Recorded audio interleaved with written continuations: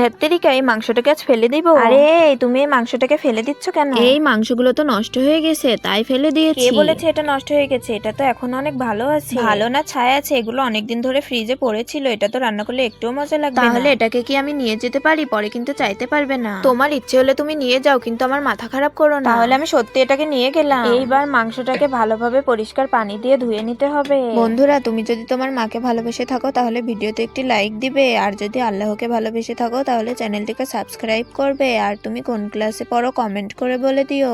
এইবার মাংসটাকে piece piece করে সুন্দরভাবে কেটে নিতে হবে। এইবার এগুলোর ভিতরে একটু সয়া সস আর একটু সিক্রেট মশলা দিয়ে ভালোভাবে মিক্স করে নিতে হবে। এইবার মাংসগুলোর ওপরে আদা রসুন পেঁয়াজ বাটা আর একটু ধনিয়া পাতা দিয়ে ভালোভাবে ওপরে ছিটিয়ে দিতে হবে। এইবার মাংসটাকে ভালোভাবে সিদ্ধ করে নিলেই হয়ে যাবে নতুন একটা রান্না। এইবার এটাকে সবাই মিলে খাবো। বন্ধুরা, তোমরা তো জানো এই মাংস রান্না খেতে কতই না মজা লাগে। এটা তো সত্যিই অনেক মজা খেতে।